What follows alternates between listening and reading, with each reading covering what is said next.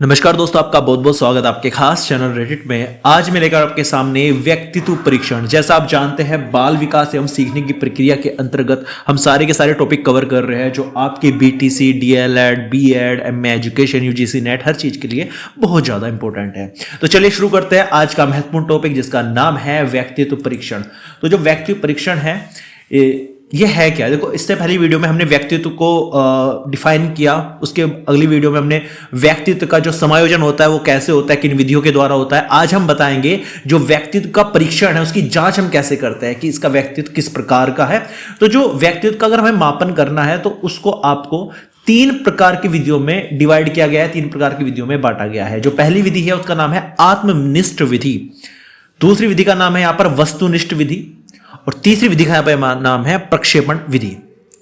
यहां पर विधिया word use हुआ है कि इनका मतलब इनकी विधियां है। आत्मनिष्ठ विधिया की भी कुछ विधियां है, वस्तुनिष्ठ की भी कुछ विधियां है, और प्रक्षेपण विधियों की भी कुछ विधियां है। तो 3 प्रकार की आपकी व्यक्तित्व परीक्षण की विधियां बनाई गई है, आत्मनिष्ठ, वस्तुनिष्ठ और प्रक्षेपण। अब बात करते हैं इनकी डिटेल में कि आखिरकार ये है क्या चीज। सबसे पहले हम बात करेंगे आत्मनिष्ठ या व्यक्तिगत विधियां। आत्मनिष्ठ जो अपने आप से संबंधित हो, स्वयं से संबंधित हो, उन्हीं को आप बोलते हो आत्मनिष्ठ या व्यक्तिगत विधियां। तो बात करते हैं इन विधियों के माध्यम से हम व्यक्ति संबंधी सूचना उसी व्यक्ति से या उसके मित्रों या संबंधियों से प्राप्त कर लेते हैं। समझिएगा, इन विधियों के माध्यम से हम व्यक्ति संबंधी सूचना उसी व्यक्ति से प्राप्त करते हैं। कोई चोरी करके आया है, आप पूछेंगे उससे क्या आप चोर है? वो बोलेगा कि हाँ मैं चोर हूं। नहीं, इस प्रकार के एग्जाम्पल्स में यहां पर यह चीज नहीं लागू होती है। लेकिन फिर भी अगर आप किसी की व्यक्तिगत जांच करना चाहते हैं तो आप या तो उसी व्यक्ति से पूछ लीजिए, या फिर उसके मित्रों से पूछ लीजिए, या फिर उसके संबंधियों से पूछ लीजिए। इस विधि के अंतर्गत निम्नलिखित प्रावधियां आती है। तो इस विधि की भी कुछ प्रावधियां है, विधियों की भी विधियों को प्रावधियां बोला गया है। तो इस एक बार फिर से बता दो, आत्मनिष्ठ या व्यक्तिगत विधियों में आप स्वयं उस व्यक्ति से पूछते हैं उसकी व्यक्तित्व के बारे में, या उसके दोस्तों से पूछते हैं, या उसके संबंधियों से पूछते हैं। जो पहली प्रावधि आती है वो है आत्मकथा। इस विधि के द्वारा अध्ययन किए जाने वाले व्यक्ति के व्यक्तित्व गुणों को कुछ शीर्षकों में बांट दिया जाता है, जिसके द्वारा वह अपने अनुभवों, उद्देश्यों, प्रयोजनों, रुचियों और अभिवृत्तियों का विवरण के आधार पर निश्चित मनोवैज्ञानिक निष्कर्ष निकालता है। आत्मकथा क्या होता है? अपने बारे में लिखी गई कथा। तो स्वयं व्यक्ति अपनी जो व्यक्तित्व है उसको बता रहा है, उसको प्रदर्शित कर रहा है। किसके द्वारा? आत्मकथा के द्वारा। तो पहली प्रावधि है ये आत्मनिष्ठ की। बात करते हैं दूसरी प्रावधि की, वो है व्यक्ति वृत्ति इतिहास। इस विधि के अंतर्गत हम वंशानुक्रमीय एवं वातावरण संबंधी तत्वों का अध्ययन करते हैं। इसमें परिवार, इतिहास, आय, चिकित्सा पद्धति, पर्यावरण एवं सामाजिक स्थिति आदि से भी सूचनाएं एकत्रित की जाती है। यह विधि प्राय असामान्य व्यक्तियों के अध्ययन में प्रयुक्त हो जाती है। कहने का मतलब है व्यक्ति वृत्ति इतिहास, आपको उसका इतिहास जानना पड़ेगा, उसके परिवार के बारे में जानना पड़ेगा, उसके इतिहास के बारे में जानना पड़ेगा, उसकी आय के बारे में जानना पड़ेगा, उसकी चिकित्सा पद्धति के बारे में जानना पड़ेगा, उसका पर्यावरण जानना पड़ेगा, उसकी सामाजिक स्थिति आपको जाननी पड़ेगी। यही आपकी व्यक्ति वृत्ति इतिहास। तो पहली जो प्रावधि थी उसमें तो खुद वो अपनी आत्मकथा के द्वारा बताता है, और दूसरा हमें उसका इतिहास जानना पड़ता है। बात करते हैं जो अगली प्रावधि है, तीसरी प्रावधि है आत्मनिष्ठ विधियों में, वो है साक्षात्कार विधि। इंग्लिश में बोलते हैं उसको इंटरव्यू मेथड।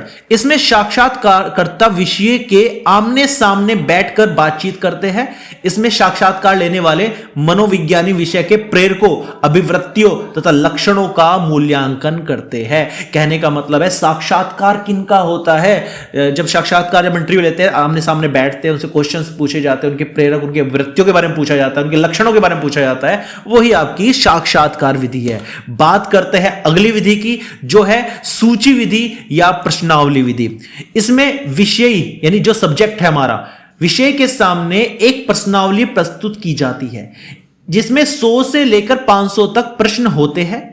इसमें उत्तर हां या नहीं से संबंधित रहते हैं। यह विधि व्यक्तित्व मापन में सबसे अधिक उपयोग की जाती है।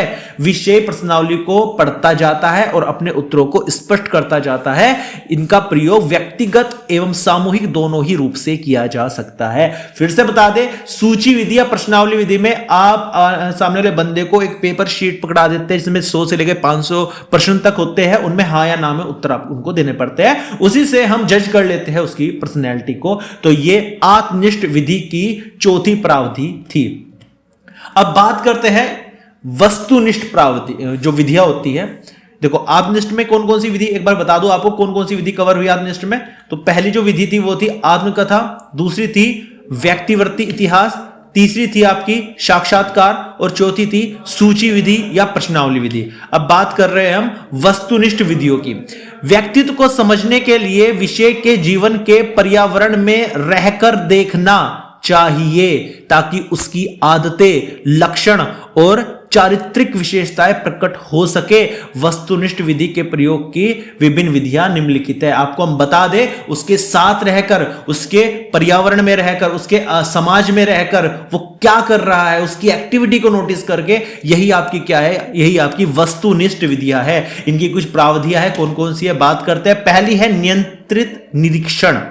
नियंत्रित निरीक्षण, तो इसमें क्या है आपका, इसमें विषय को कमरे में अकेला बैठाकर कोई कार्य करने के लिए दे दिया जाता है तथा उसकी क्रियाओं, हाव भाव और प्रक्रिया का अवलोकन इस रूप से किया जाता है कि विषय निरीक्षणकर्ता को देख न सके। एग्जाम्पल के तौर पर एक रूम में उस आदमी को छोड़ दिया जाता है, उसे कोई कार्य करने के लिए सौंप दिया जाता है और कैमरे लगे हुए हैं पूरे कमरे में, लेकिन वो कैमरे उस विषय, उस सब्जेक्ट को नहीं दिख पा रहे हैं। तो उसकी सारी की सारी एक्टिविटी उसे पता भी नहीं है, कोई और देख रहा है और वो जज करेगा कि उसका व्यक्तित्व किस प्रकार का है। तो इसको बोलते हैं नियंत्रित निरीक्षण, इसको हम बोलते हैं। बात करते हैं अगली विधि की, दूसरी है कर्म निर्धारण मापनी। इसमें गुणात्मक व्यवहार का अवलोकन किया जाता है। तो ये क्वेश्चन बहुत इंपॉर्टेंट बनता है कि गुणात्मक व्यवहार किस व्यक्तित्व परीक्षण में किया जाता है, तो है कर्म निर्धारण मापनी। इसमें एक लंबी रेखा के नीचे खंडशः कुछ विवरणात्मक विश्लेषण तथा वाक्यांश लिखे रहते हैं। इसके एक सिरे पर वाक्यांश की चरम सीमा होती है और दूसरे पर विपरीत गुणों की चरम सीमा होती है। क्रम निर्धारक मापनी पर लक्षणों को चिन्हित कर ले देते हैं, जिससे यह पता लग जाता है कि अमुक व्यक्ति में वह गुण किस सीमा तक मिलता है।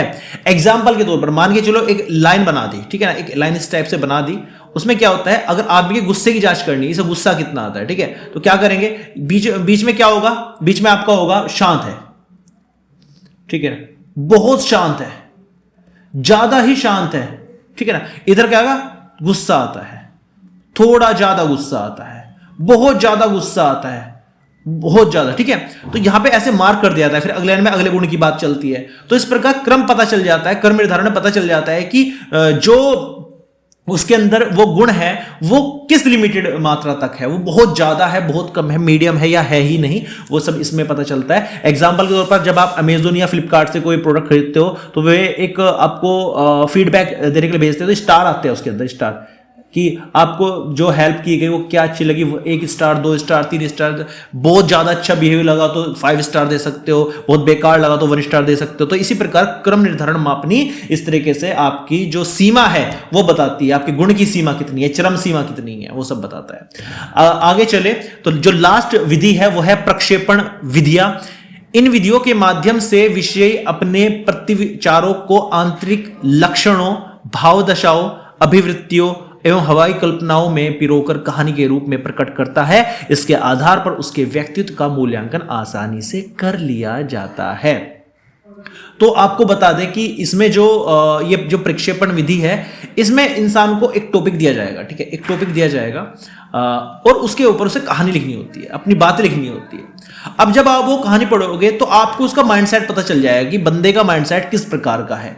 अगर मान के चलो स्त्री के ऊपर कुछ लिखना है, अगर वो स्त्री के बारे में अच्छी अच्छी बातें लिख रहा है, सब बढ़िया लिख रहा है, बहुत बढ़िया लिख रहा है, तो वो उसकी सोच है, ठीक है ना। लेकिन अगर कभी कभी वो इस तरह कोई नेगेटिव उनकी वेशभूषा के ऊपर तरह तरह की टिप्पणी कर रहा है तो वो उसका अलग व्यक्तित्व है। लेकिन कभी कभी क्या होता है कि इंसान के मन में अगर नकारात्मक चीजें भी आ रही है फिर भी वो दूसरों को शो ऑफ करने के चक्कर में सकारात्मक चीजें लिख देता है, तो यहां पर थोड़ा सा सावधान होने की जरूरत है। इसलिए व्यक्तित्व परीक्षण से हम 100% उसकी जो एक्चुअल व्यक्तित्व है उसका पता नहीं कर सकते 100%। हाँ, लगभग उस लेवल तक हम पहुंच सकते हैं जो हम जान सकते हैं, ठीक है। तो ये थे आपके आज के व्यक्तित्व परीक्षण। 3 प्रकार के आपके व्यक्तित्व परीक्षण होते हैं। एक तो आत्मनिष्ठ होता है जिसके अंदर स्वयं उस आदमी की द्वारा आपको पता चलता है। दूसरा वस्तुनिष्ठ होता है, आप एक नियंत्रित माहौल में रखकर उसे चेक कर सकते हैं। और तीसरा है आपका प्रक्षेपण विधि होता है, इसमें एक टॉपिक दे दिया जाता है उसको उसे लिखना होता है। तो ये सब तीनों। अब आत्मनिष्ठ की प्राविधिक की बात करें तो एक थी आत्मकथा, खुद के बारे में लिखना, उसका इतिहास जानना, और जो लास्ट साक्षात्कार विधि थी उसका इंटरव्यू लेना, और सूची और प्रश्नावली में प्रश्न दे दिए जाते हैं 100 से 500 तक। अगर हम बात करें वस्तुनिष्ठ में, तो वस्तुनिष्ठ में आपको उसे नियंत्रित कमरे में बैठाकर वहां पर उसे अवलोकन किया जाता है, उसका कर्म निर्धारण में एक स्केल दिया जाता है, कौन सा गुण उसमें कितनी चरम सीमा तक है उसका पता चलता है। और बात करें प्रक्षेपण विधि की तो उसे अपने विचारों को लिखना पड़ होता है किसी कहानी में ढालकर या हवाई कल्पनाओं में ढालकर, ठीक है। तो ये था आज का व्यक्तित्व परीक्षण का टॉपिक। उम्मीद करता हूं वीडियो आपको अच्छी लगेगी। वीडियो अच्छी लगी प्लीज लाइक कर देना और चैनल को सब्सक्राइब जरूर कर देना, ताकि इस प्रकार की आपकी पढ़ाई से रिलेटेड वीडियो आपके लिए लेकर आते रहे। Thank you so much for watching this video.